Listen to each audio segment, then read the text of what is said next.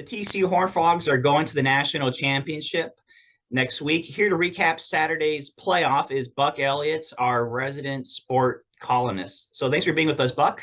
Of course, my pleasure. And what were your big takeaways from Saturday's game?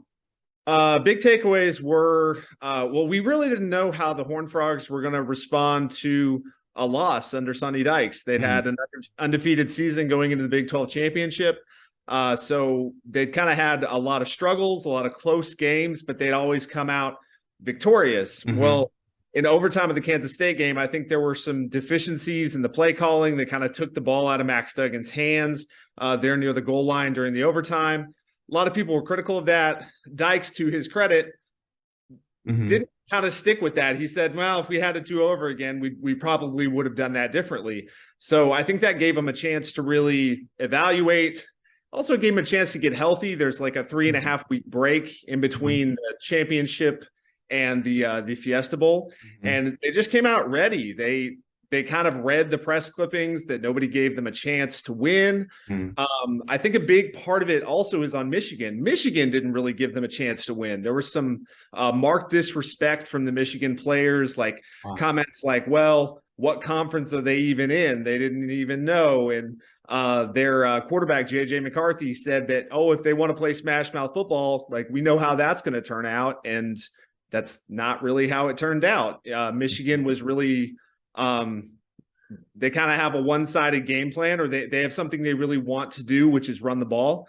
And TCU was able to stop them from doing that. And they put the game on McCarthy, and they were able to pull it out with some good defensive play and kind of the offensive play we've become accustomed to with big plays and being able to just kind of hit their playmakers in key moments.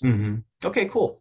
Well, going into next week's national championship, let's just touch briefly on what are the Georgia Bulldogs' strengths going into this? Well, they're the defending national champions, and they are undefeated coming out of the SEC, which it's not going to be a popular opinion, but I think the SEC was somewhat down this year. There's a national perception that the last place SEC team would be the conference champion in any other league, and that's just really not the case. There's a lot of parity in college football, but Georgia is very battle-tested. They have a lot of star power, but they also have really sound coaching, and like a lot of teams, they want to run the ball. That's the same thing Michigan wanted to do.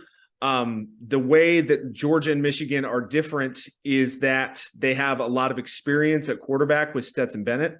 Max Duggan and Stetson Bennett are the two best quarterback stories in the nation this year. And it's going to be really interesting to see them go at it. They're both veteran players. Max Duggan is probably the better runner, overall athlete.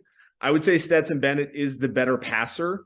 They've both been on the field long enough to make really good decisions in clutch moments. They both know how to win. Georgia's game plan is going to be to run the ball, and TCU is going to have to stop them while allocating not as many resources to stop that as they did against Michigan. Okay. So against Michigan, they run blitzed a lot. They stacked the box somewhat, and they were able to stop that and get Michigan into a passing game. Georgia's passing game is objectively better.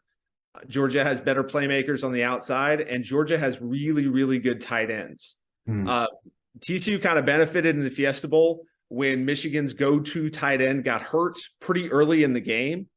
And Georgia has 3 really good tight ends, one of which is questionable, but Brock Bowers is their kind of Stetson Bennett's favorite target. And they're going to try to utilize him early by matching him up on linebackers and kind of exposing the TCU defense that way. So they're going to have to find a way to shut down the Georgia running attack while leaving plenty of people in coverage to do their best to stop Stetson Bennett's arm. Okay. Well, that's a great preview of what's coming up. Now we know the strengths of both teams and what TCU needs to do. Is there anything else you want to mention that you hope to see the opening minutes of the game that's going to show that we're heading toward a national championship victory? I think the offense has to get going really early. TCU had a habit of playing some really slow first halves this year. It made for really, really exciting football as they had to fight back and win a lot of close games.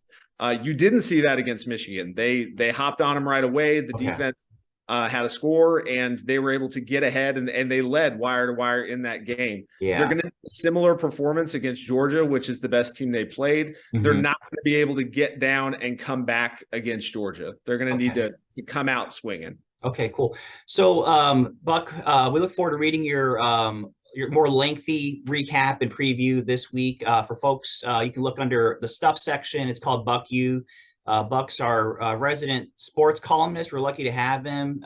He writes about a lot of things, but he's really an expert in TCU football. So look forward to reading the article, and then, of course, looking forward to the big game on Monday. Buck, thanks for your time, and go Frogs. All right. Thank you, Ed. Thanks for having me on. Go Frogs. Our pleasure.